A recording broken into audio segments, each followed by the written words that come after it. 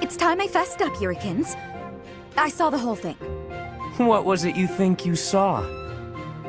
It looked like you were singing to the children in the alley out back. And may I say, you were fantastic. Your performance hit me right in the heart. That was a song from Mittelfrank's Imperial Capital show, right? Ah, the good old days.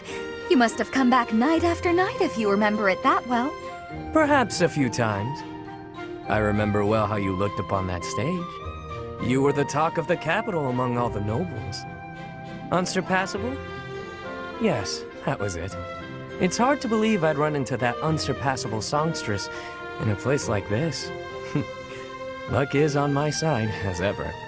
I couldn't convince you to sing tenor yourself, You're talented enough for it. What are you getting at? Is this an invitation from the mystical songstress herself? Male virtuosos are hard to come by. Would-be divas are a dime a dozen, but men? Not so much. And they have to be talented. As good as I am, which is very talented indeed. I think you have what it takes. If you're interested, I can... Sorry, but no. No way in hell am I ever doing that. Goodness. You could have stopped at no. I can't think of anything more wretched than getting up on a stage to sing in front of a bunch of people. You didn't seem to mind singing for those children. The little ones weren't feeling well and couldn't sleep, so I sang them a lullaby to help. That's a far cry from standing on the same stage as you have, with all of those stuffy nobles staring at me. Truthfully, I'm not brave enough for it. Rein it in, Yurikins. It's the opera, not the battlefield. This isn't a life-or-death situation. Fair enough. Sometimes I forget what's a real threat and what isn't. But I must ask you to never bring up singing again. Not to me. Not if you want to keep things amicable between us. How can someone that good at singing hate it so much?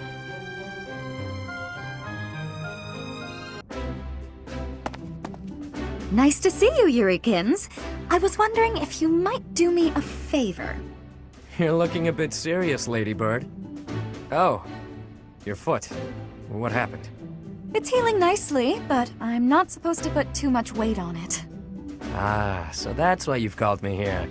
What do you need? Help with errands? Not an errand, an opera. I see. There's been some loose plans for a performance. Nothing professional, strictly volunteer. I signed up to take part as one of the main roles. And then this happened. The professor told me I should bow out just to be on the safe side. Makes sense to stay off your feet while you heal. Meanwhile, you want me to fill your role, right? Got it in one. I'm glad we're on the same page here. Surely someone else is up to the task. Professor Manuela, for example. Already tried. Trust me, I wouldn't ask unless I was desperate. I knew how much you'd hate the idea. Aside from hating it, I also wouldn't remotely sound like you do. Oh, don't worry about that. Most of our audience won't be able to tell the difference. The crowd's going to be a bunch of down-on-their-luck children that the monastery's taken in. I'm only talking about a small festival in the plaza. We want to give them a good show, that's all. You have an idea of what they've been through. I thought you might want to pitch in. I hear your angle. Fine, yes, I'll do it. Good for you. I knew you'd rise to the occasion. You certainly know how to pull heartstrings to get your way, don't you? Where did you learn to do that anyway? The opera? Could be. I've never known a songstress who wasn't both beautiful and resourceful. Now, are you ready to go over the libretto? You've got a lot of rehearsing to do before the performance. Seriously, though. Thanks, Yurikins. Yeah.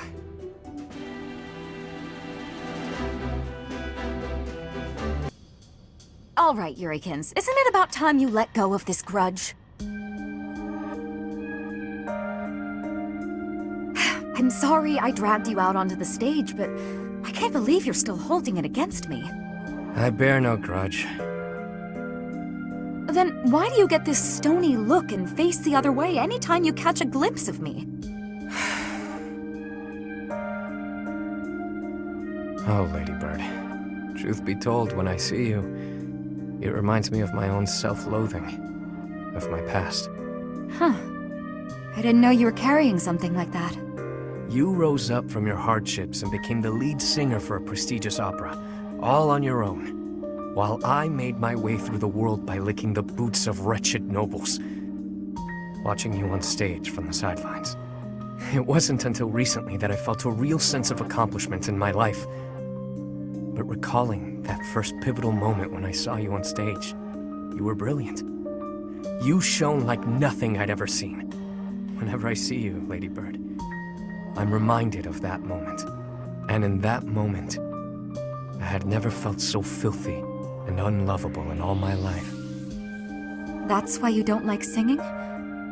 There's got to be more to it than that. Back then, the imperial capital was swarming with disgusting nobles, all of them vying for your attention, for the love of the Dorothea. Many were willing to compromise with an inferior substitute. If they couldn't have you, perhaps someone else was capable of singing just as sweetly. You do what you must to chase your dreams. You say it left you filthy and unlovable, but my life didn't leave me unscathed either.